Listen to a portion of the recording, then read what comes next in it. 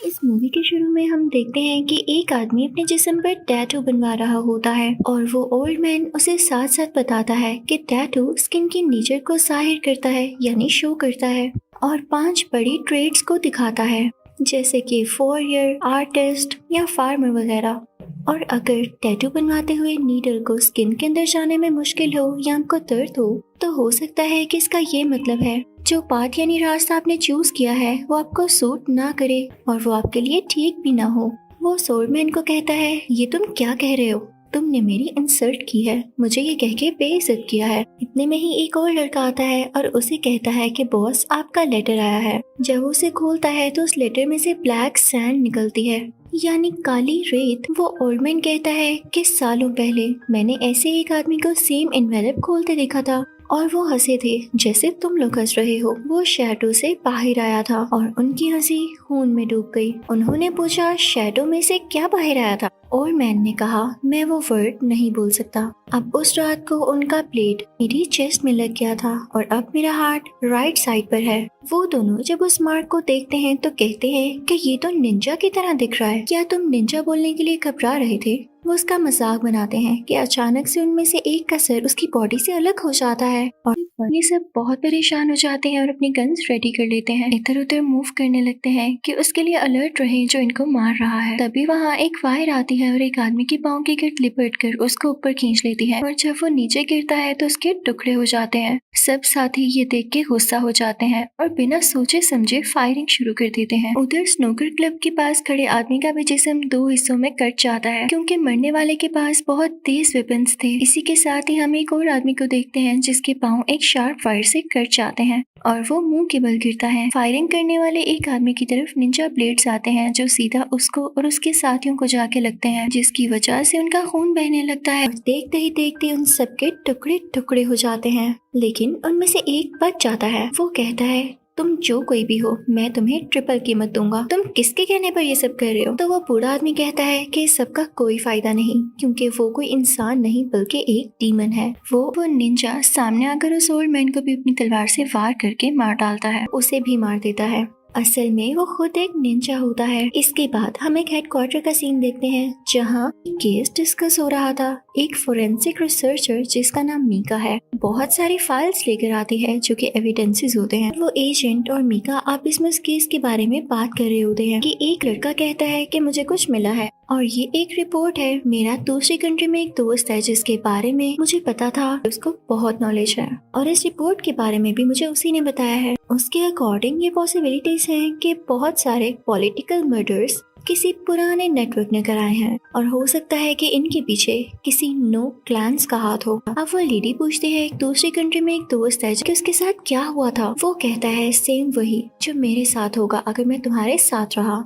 मुझे पागल कहकर निकाल दिया जाएगा। वो लड़की कहती है, क्या तुम्हें यकीन है? वो कहता है, हाँ, उन्हें निंजास कहते हैं। वो कहती है कि फिर तुम ये सब क्यों कर रहे हो? वो कहता है, मुझे नहीं पता लेकिन मैं तुम्हें गारंटी देता हूँ कि तुम एक बहुत अच्छे रिसर्चर हो और जरूर आगे जाओगे। एक ओल्ड मैन बहुत सारे बच्चों को बता रहा होता है कि तुम लोगों को जाना चाहिए इस बात का पता लगाने कि तुम लोग हो क्या, तुम कहाँ से आए हो और तुम्हें क्या करना है। चलो मैं ही बता देता हूँ, तुम और सोनू हो, यही तुम्हारी जिंदगी का सच है और ये मरने के बाद तब तक सच ही रहेगा। फिर वो अपने न्यू सन से सबको इंट्रोड्यूस करवाता है और कहता है कि इसका नाम मैंने राइजो रखा है और अब ये भी तुम लोगों का भाई है। दिन राइजो जब अपनी ट्रेनिंग कर रहा होता है तो उसके मास्टर उसे समझाते हुए कहते हैं कि अगर तुम्हारे अंदर स्ट्रेंथ नहीं होगी तो तुम कभी कुछ सफर कर ही नहीं पाओगे और ना कभी स्ट्रॉन्ग बन सकोगे। तो अपनी वीकनेस को ओवरकम करो। इस ट्रेनिंग में बहुत खामोशी के साथ एक फ्लोर के ऊपर से गुजरना था। अगर यहाँ पर जरा से भी आवाज हो जाती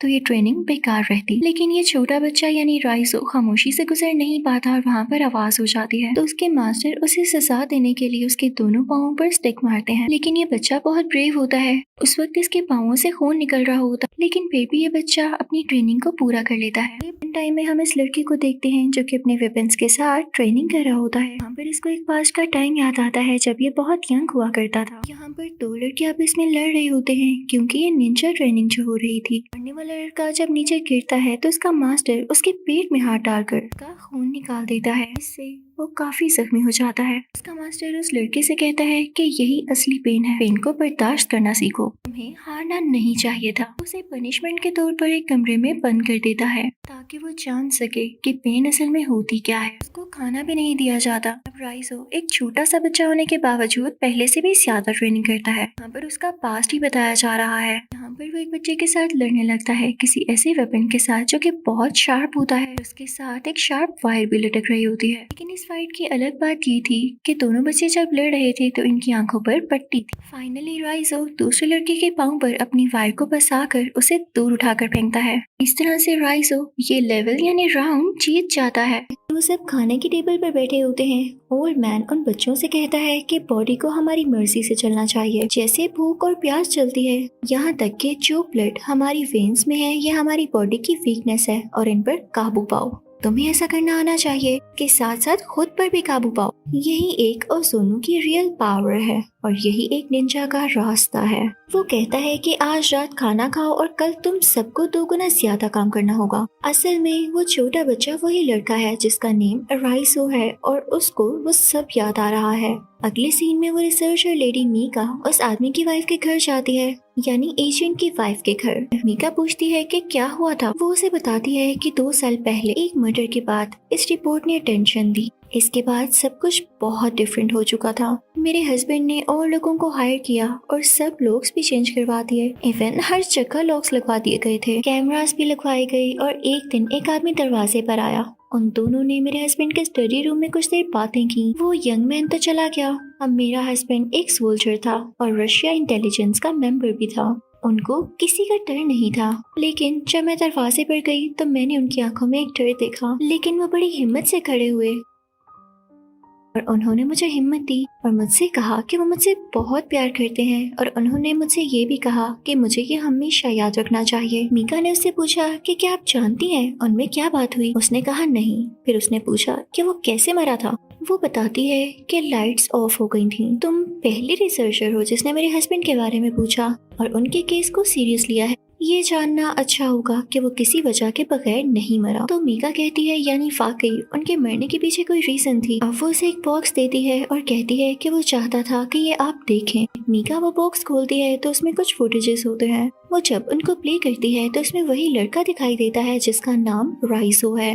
राइजो को वो सब याद आता है कि कैसे उस ओल्ड मैन ने उसकी ट्रेनिंग की थी। अगले सीन में मीका उस एजेंट की वाइफ के बारे में सर्च कर रही होती है। उसका कुलीग आकर उससे पूछता है तुमने एजेंट के साथ बहुत काम किया है और उसके साथ लंच भी किया था। वो कहती है कि तुम ये सब कैसे जानते हो। हाँ, हम कभी कभी एक साथ लंच कर लेते हैं और ये आम तौर पर तभी होता है जब हम एक साथ कोई काम कर रहे हो। यहाँ पर किसी दूसरे एजेंट की बात हो रही है जिसका नाम एजेंट मोस्लो है। अब उसका कुलीग मीका से पूछता है कि क्या उसने कभी आपके साथ ऐसा बिहेव किया जो आपके लिए बहुत डिफरेंट हो और आपको वो ठीक न लगे। तो मीका कहती है नहीं। लेकिन क्यों, क्या मोस्लो ने कुछ किया है। तो उसका कुलीग कहता है कि मैं जनरली पूछ रहा हूँ क्योंकि उस पर बहुत ज्यादा वर्कलोड है। अगले सीन में मीका मोस्लो से मिलती है और सारी सिचुएशन बताती है कि कैसे उसका कुलीग उसके पास आया और मोस्लो के बारे में पूछा। तो मोस्लो कहता है कि हमें केयरफुली चलना पड़ेगा, तो मुझसे पूछे बगैर कुछ नहीं करने वाली, ठीक है। मीका वहाँ से जाकर उस ऑर्फनेज के बारे में पढ़ती है जहाँ 10 साल की उम्र के बच्चों को निंजा की ट्रेनिंग दी जाती है। फिर हम ओल्ड मैन को देखते हैं जो कि एक लड़की से बात कर रहा होता है। उसका नाम किरिको होता है।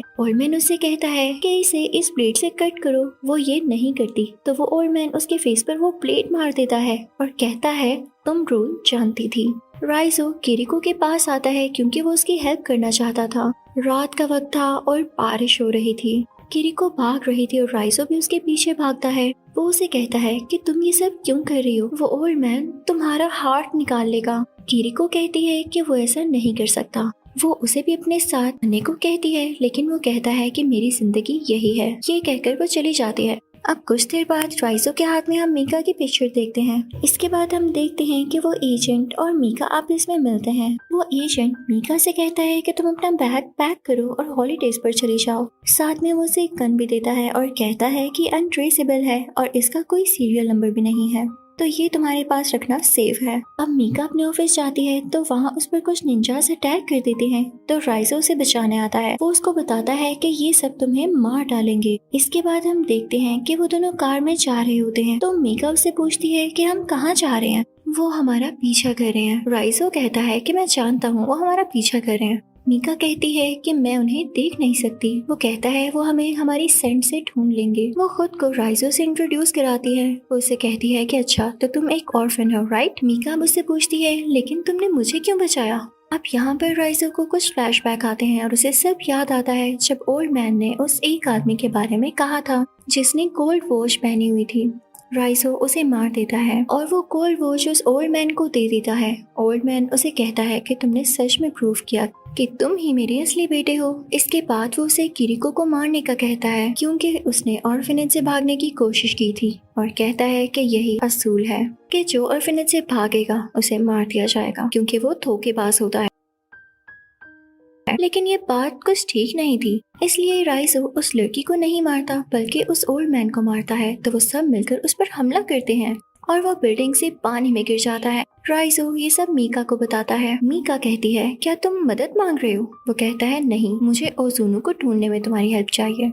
राइजो उसे कहता है तुम अपना ड्रेस चेंज कर लो और उसे अपनी सेंट लगा देता है। मीका फोन पर एजेंट को सब कुछ बता देती है और कहती है कि मुझे उस पर ट्रस्ट है। अब जिस एजेंट से उसने कॉल पर बात की होती है उसके पास मीका राइजो को लाती है, लेकिन ये नया एजेंट उसको पकड़वा लेता है।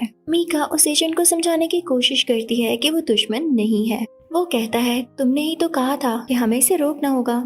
मीका उसे रोकने की बहुत कोशिश करती है और वो कहती है लेकिन ये ऐसा नहीं है। तो वो उससे कहता है मेरी बात ध्यान से सुनो, कोई तो है जो इस लंबी डोर को और खींचना चाह रहा है। मीका कहती है कि वो लोग उसे मारना चाहते हैं, वो सालों से उनसे फाइट कर रहा है। वो कहता है मुझे तुम पर यकीन है। अब अगले सीन में मीका राइजो को पानी पिलाती है और बताती है कि मोस्लो भी तुम्हारे साथ है और तुम्हारी हेल्प करना चाहता है। इसके बाद हम देखते हैं कि वो सब निंजास वहाँ अटैक कर देते हैं। वो वहाँ पर खड़े हुए सिपाहियों पर अटैक करके किसी की गर्दन काट देते हैं तो किसी पर फायरिंग शुरू कर देते हैं। वो अपनी स्वर्ड का यूज करते हुए उनकी चेस्ट पर अटैक करते हैं। इससे हर तरफ खून बह जाता है। निंजास ने अटैक इसलिए किया होता है क्योंकि वो राइजो को मारना चाहते थे जेल के अंदर, क्योंकि ये उनका रोल था कि जो उसकी बात नहीं मानता उसको मार दिया जाता है, चाहे वो उनका अपना ही साथी क्यों ना हो। मीका जल्दी से उसकी हथकड़ी यानी हैंडकफ खोलती है और उतनी ही देर में वहाँ पर एक और असैसिन आ जाता है। जब राइजो की हथकड़ी खुल चुकी थी तो वो मीका को भी उन लोगों से बचाता है, उस असैसिन को भी दीवार पर मारता है, इससे वो असैसिन भी मारा जाता है। ये दोनों बाहर आ जाते हैं लेकिन रास्ते में भी बहुत से असैसिन्स इन पर अटैक करते हैं। राइजो वहाँ पर मीका को उधर से जाने का कहता है, ये कहते हुए कि मैं यहाँ संभाल लूंगा, तुम जाओ। मीका उन सब से बचकर गाड़ी में भाग रही होती है।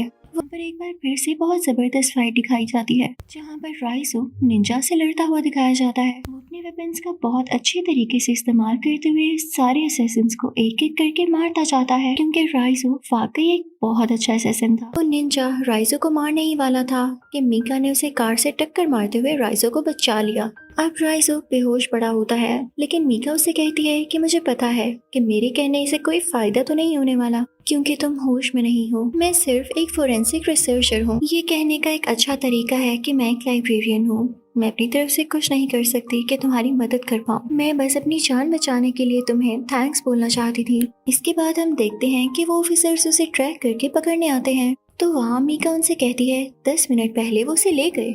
वो निंजास राइजो को पकड़ के उस ओल्ड मैन के पास वापस ले आते हैं। अब वो ओल्ड मैन उसे मारने के लिए बांध देता है और कहता है कि आज सब देखेंगे और इसकी मौत का टाइम सालों तक याद रखेंगे। क्योंकि ओल्ड मैन यानी उसके मास्टर ने उसे पकड़ लिया है, जरूर अब इसे बहुत बुरे तरीके से पनिश करेगा। तो राइजो का मास्टर राइजो के पेट में अपनी उंगलियां घुसाकर अपनी उंगलियों को बहुत बुरे तरीके से मोड़ने लगता है ताकि राइजो को दर्द हो, लेकिन राइजो बहुत ब्रेव होता है और दर्द को बर्दाश्त करता है। यहाँ पर एजेंसी के लोग आकर फायरिंग शुरू कर देते हैं जिसकी वजह से सब लोग इधर उधर भागने लगते हैं। मीका भी यहाँ पर राइजो की रस्सी को खोलकर उसे फ्री कर देती है। एजेंसी लोगों से लड़ रही होती है लेकिन राइजो अपने उसी ट्रेनिंग यूनिट जाता है जहाँ पर वो हमेशा से ट्रेनिंग करता था। तभी वहाँ पर और निंजास भी आ जाते हैं और ये वही निंजास होते हैं जिनके साथ इसने बचपन में ट्रेनिंग की होती है। ये सब कहते हैं कि हम पहले की तरह दोबारा फाइट करेंगे। यहाँ पर इनमें फाइट शुरू हो जाती है। यहाँ राइजो अकेला होता है जबकि उसके चारों तरफ निंजास होते हैं जो कि उस पर मुसलसल अटैक कर रहे होते हैं। पहले तो राइजो उनके अटैक से बचता हुआ हवा में उड़ता है और फिर नीचे आकर एक एक करके उन निंजास को मारने लगता है। वो आता है सीनियर निंजा के पास और अपने वेपन का यूज करते हुए उसकी उंगलियां काट देता है। वो निंजा अपने दूसरे हाथ से एक वेपन उठाने लगता है। राइजो उसके हाथ पर दोबारा अटैक करता है, उसकी गर्दन काट देता है। उसने उसको बहुत बुरी तरह से मारा होता है क्योंकि जो उसके पास शार्प वेपन होता है वो उसने उसकी गर्दन में घुसा दिया था। अब राइजो की आखिरी फाइट होती है उसके अपने ही अपनी मास्टर यानी उस ओल्ड मैन के साथ। और ये वही जगह होती है जहाँ पर वो खामोशी से चलने की ट्रेनिंग किया करता था, क्योंकि राइजो एक स्टूडेंट था और वो ओल्ड मैन उसका मास्टर। तो राइजो कभी भी मास्टर से आगे नहीं निकल सकता था। वो मास्टर उसे बार बार मारने लगता है, उस पर वार करने लगता है और राइजो उसे कुछ भी नहीं कह पाता। लेकिन फिर राइजो हिम्मत करके अपने मास्टर पर अटैक करता है और इसके पास से बहुत तेजी से गुजरता है ताकि मास्टर उसे रोक ही ना सके। और ऐसा ही होता है। इतनी ही देर में एजेंसी के कुछ लोग वहाँ उसे बचाने के लिए पहुँच जाते हैं। राइजो उस बूढ़े आदमी से फाइट कर रहा होता है तो मीका उसे बचाने आती है, तो वो ओल्ड मैन मीका को भी मार देता है और आखिरकार वो अपने मास्टर के कंधे यानी शोल्डर में तलवार मारकर उसे भी बहुत बुरे तरीके से मार डालता है। लेकिन लकीली मीका अभी जिंदा थी। अब लास्ट सीन में राइजो को वो सीन याद आता है जब किरिको ने उसे अपने साथ भागने को कहा था। लेकिन इसी फ्लैशबैक के साथ मूवी यहीं पर एंड हो जाती है। Thank you for watching.